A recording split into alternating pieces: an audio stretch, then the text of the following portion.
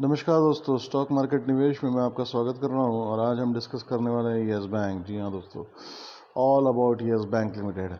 दोस्तों आज कुछ ऐसी इन्फॉर्मेशन दूंगा जो कि आपके लिए बहुत इंपॉर्टेंट होगी डिसीजन मेकिंग के लिए।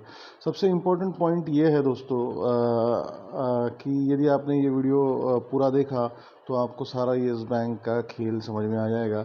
और सेकेंडली सबसे इम्पोर्टेंट बात और एक है कि यदि आपके पास यस बैंक है तो आप एक डिसीजन लेने के स्टेज पर आ जाओगे, ठीक है ना।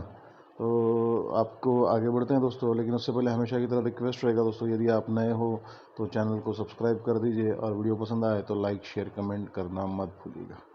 देखिए दोस्तों, यस बैंक जो है आज ये 14 रुपये 20 पैसे के करीब चल रहा है दोस्तों।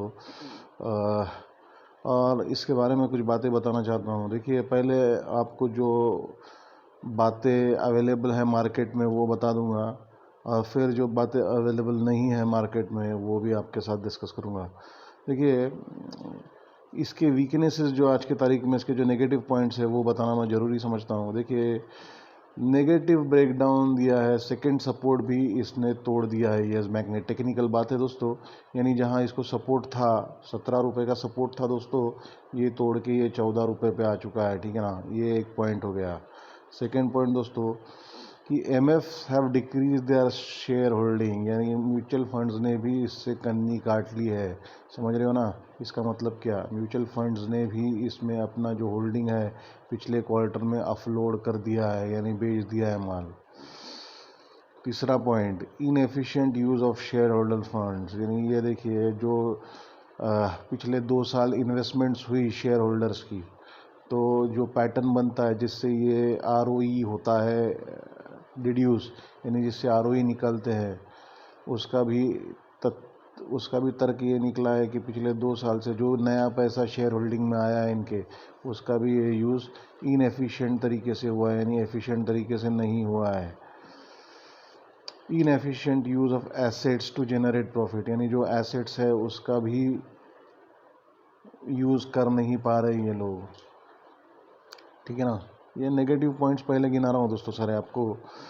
देखिए, ये रेड फ्लैग भी दे दिया है, यानी इसको जो क्रेडिट एजेंसीज रहती है जैसे क्रिसिल हो गया या जो दूसरी क्रेडिट एजेंसीज है, इन्होंने भी इसको रेड फ्लैग दे दिया है, ठीक है ना। तो इसका मतलब दोस्तों ये है कि मेरा मानना है ऐसा कि यस बैंक का खेल ख़त्म हो चुका है आज की तारीख में, ठीक है ना। यानी ये लेवल पे भी जो है, और आपको कुछ नेगेटिव पॉइंट्स गिनाऊंगा और फिर जो बातें आपको मालूम नहीं है, जो गेम हुआ है यस बैंक में, वो डिस्कस करेंगे, ठीक है ना। तो दोस्तों आगे बढ़ते हैं और कुछ नेगेटिव पॉइंट्स गिना रहा हूँ दोस्तों। देखिए, इसका और एक नेगेटिव पॉइंट यह है, declining cash flow from operations, यानी जो कैश आता था वो भी डिक्लाइन हो रहा है। कंपनी विथ हाई डेट, यानी इसके ये कंपनी पर यस बैंक पर इतना हाई डेट है कि प्रॉफिट में भी अगर यदि आती है रेवेन्यू बढ़ के, यानी बॉटम लाइन टॉप लाइन में भी इनको कुछ बेनिफिट्स होते हैं, तो ये डेट चुकाने में जाएगा तो वो रिफ्लेक्ट नहीं होगा इनके बुक्स में, ठीक है ना।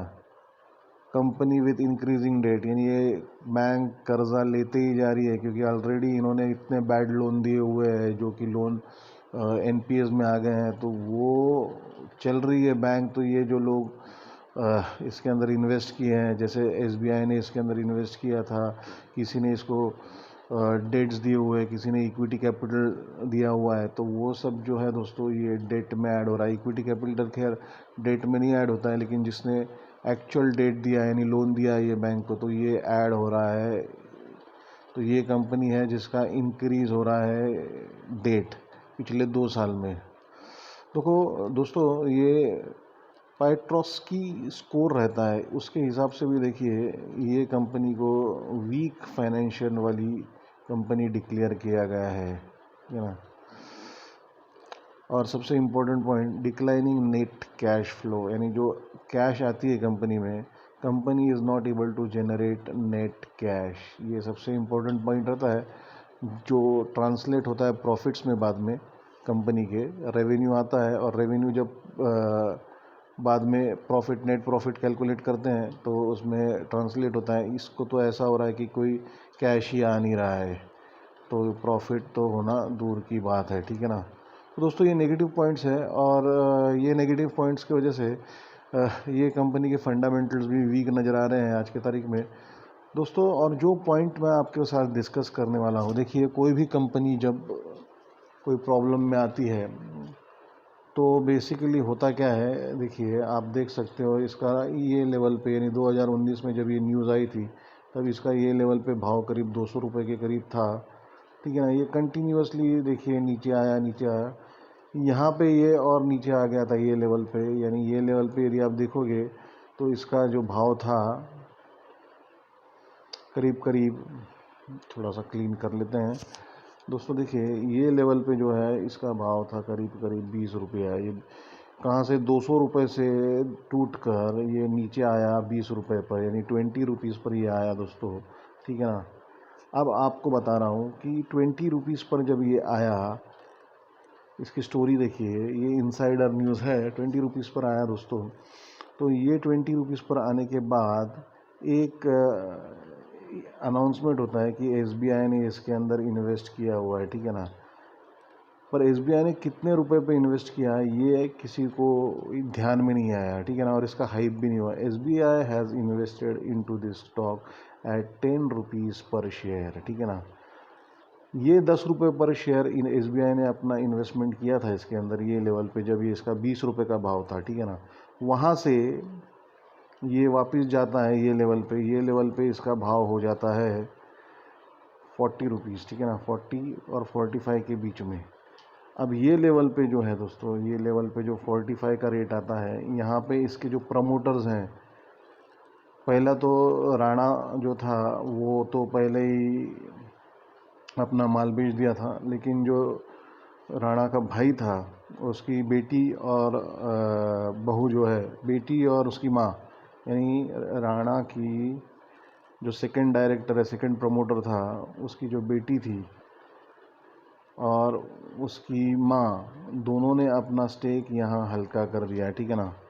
45 के लेवल्स पे, 45 to 60 के लेवल्स पे उन्होंने भी अपना माल जो है, शेयर्स जो है ऑफलोड कर दिए हैं, बेच दिए हैं। तो ये बात एकदम समझने लायक है दोस्तों कि अगर प्रमोटर ही अपना माल बेच रहा है तो वो कंपनी में कोई भी दम नहीं रहा। ये कोई बच्चा भी समझ जाएगा, लेकिन इन्वेस्टर नहीं समझ पाते, पता नहीं क्यों। तो तब से लेवल में दोस्तों कभी भी आप देख सकते हो 2019 के बाद कभी भी इसने वो जो लेवल पे उन्होंने ऑफलोड किया था माल, यानी 45 से 50 के रेंज में, 45 है, ये लेवल कभी भी टच नहीं किया और कभी भी करेगा भी नहीं दोस्तों, अनलेस एंड अनटिल कोई फिनोमिनल चेंज आता नहीं। तो देखिए दोस्तों, आप देख सकते हो यहाँ पे पिछले वीक में, पिछले ईयर में 52 वीक हाई ये 32 था, और ये 45 और 60 को इन्होंने 2019 में माल ऑफलोड कर दिया था प्रमोटर्स ने यानी जिनकी कंपनी, जिन्होंने फाउंडर प्रमोटर्स जो थे, जिन्होंने कंपनी शुरू की थी, बैंक शुरू की थी, उनको ही इस बैंक में यकीन नहीं रहा कि ये बैंक चलेगी। तो उन्होंने 45-60 को माल बेच दिया। वो एक ट्रैप था, बुल ट्रैप बोलते उसको। और उसके बाद पिछले साल ये देखिए हाई 32 लगाया, लो 11 रुपये 10 पैसा लगाया। ये साल का हाई रहेगा 17 रुपये, यानी अगले कुछ दिनों में आपको पता चलेगा कि 52 वीक हाई जो है अगले बार देखोगे ना तो ये 17 रुपये का दिखेगा और लो आपको दिखेगा 6 रुपये, ठीक है ना। 6 रुपये इसका फेयर वैल्यू है दोस्तों आज की तारीख में। और अनलेस एंड अनटिल दोस्तों, और एक बात बता रहा हूँ आपको, और इम्पोर्टेंट बात है, एकदम से कंक्लूजन पर मत आ जाइए। इम्पोर्टेंट बात ये भी है कि अगर ये जो 14 रुपये 10 पैसे का भाव जो दिख रहा है आपको यहाँ पे, अगर ये 10 रुपये का बहुत बड़ा S3 सपोर्ट है, यानी सपोर्ट नंबर 3, सपोर्ट नंबर 2 तो ऑलरेडी 17 रुपये का इसने तोड़ दिया है। 10 रुपये का एक मेजर सपोर्ट है दोस्तों। अगर 10 रुपये के नीचे ये स्टॉक जाता है तो ये सीधा 6 रुपये हो जाएगा, जो इसका फेयर वैल्यू है, ठीक है ना। तो ये लेवल पे आँख बंद करके बिंदास बैठ जाइए, आपको इसके अंदर मुनाफा ही होगा। पर ये लेवल पे अभी it is on time bomb, यानी यहाँ से भी ये नीचे जाएगा। और अगर 10 रुपये टूटता है तो आपको पता ही है, मैंने 6 रुपये का भाव इसका ऑलरेडी प्रेडिक्ट किया था, ठीक है ना। यदि आपके पास माल है दोस्तों तो आप यहाँ ऑफलोड कर सकते हो और नीचे में ले सकते हो। यदि आपको रखना है, अभी तो इतना नीचे आ गया है कि आपके पास ऑप्शन भी नहीं है, पर जो नए इन्वेस्टर्स हैं जिनको लग रहा है ये अट्रैक्टिव प्राइस है, तो this is not an attractive price दोस्तों।